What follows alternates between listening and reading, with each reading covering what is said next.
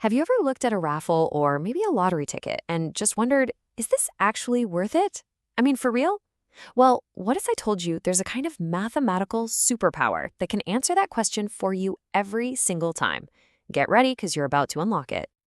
So let's meet Sid and John. They're trying to start a new school club and they need to raise some cash.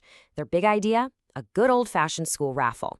They're going to sell 100 tickets at $3 a pop, and you get a shot at some pretty cool prizes. Sounds simple enough, right? But hold on.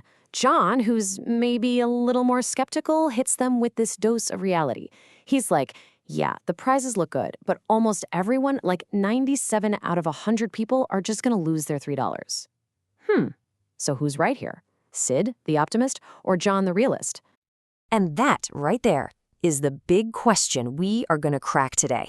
Is this a smart move for the person buying the ticket, or is it a total sucker's bet? Let's find out. We're going to use a little bit of math to crack the code that's hiding in plain sight. To solve this mystery, we need a secret weapon. It's called expected value. Now, don't let that name intimidate you. All it really does is figure out the average result you'd get if you played this raffle over and over and over again. Think of it as the ultimate what to expect calculator. Okay, deep breaths. I know, when you see this thing on a test, your brain might just go into full-on panic mode. It looks like something a mad scientist would scribble on a chalkboard. But I promise you, it is way, way simpler than it looks. Let's just translate this from math speak into regular English. Okay, step one, that weird E-looking symbol, that's sigma. It just means add them all up. And don't worry, this sigma won't cause a Greek tragedy for your grades. Step two, the X is just a list of every possible thing that could happen. You win, you lose, whatever. Step three, P of X is just the probability, the chance of each of those things happening. Step four, we multiply the outcome by its chance.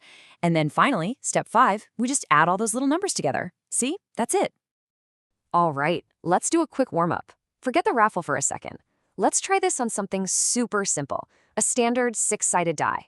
What's the expected value of a single roll? So we just follow our steps. The possible outcomes, our X values, are 1, 2, 3, 4, 5, and 6. Easy.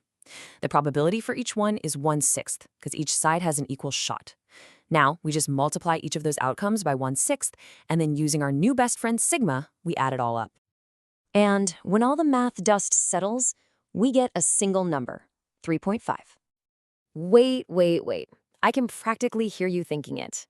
You can't roll a 3.5 on a die. That's not a thing. And you know what? You're 100% right. It's totally impossible. So what gives? Here's the key. This isn't what you'll get on one roll. It's the theoretical average if you rolled that die thousands and thousands of times. It's the average, or the mean, of all the possible outcomes. And yeah, I know, getting a result you can't actually get feels a little bit mean. Okay, warm-up is officially over. You got the basics down, you survived the pun. Now let's take this new superpower back to the main event. It is time to crack Sid and John's raffle code. All right, let's use our steps on the raffle. First up, the outcomes. You can win $75, $50, $25, or nothing. Next, the probabilities. Since there are 100 tickets, your chance of winning any single prize is just 1 in 100.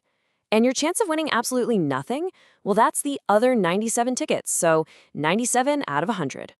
Let's do the math. Multiply each prize by its probability. So the $75 grand prize, well, it contributes 75 cents to the expected value. The $50 prize, that adds another 50 cents to the pot. And the $25 prize adds another 25 cents. The $0 prize, of course, adds a big ol' zero. And now for the grand finale, the final step. We add them all up.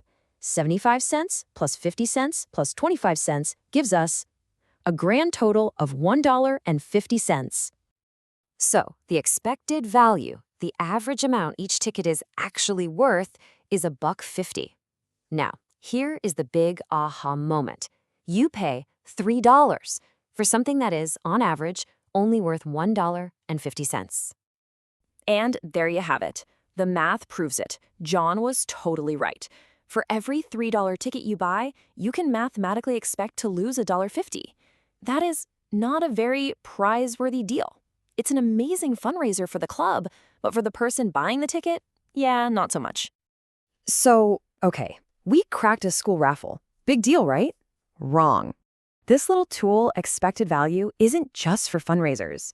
You now hold the secret mathematical key to understanding some of the biggest decisions and industries in the entire world. Just think about it.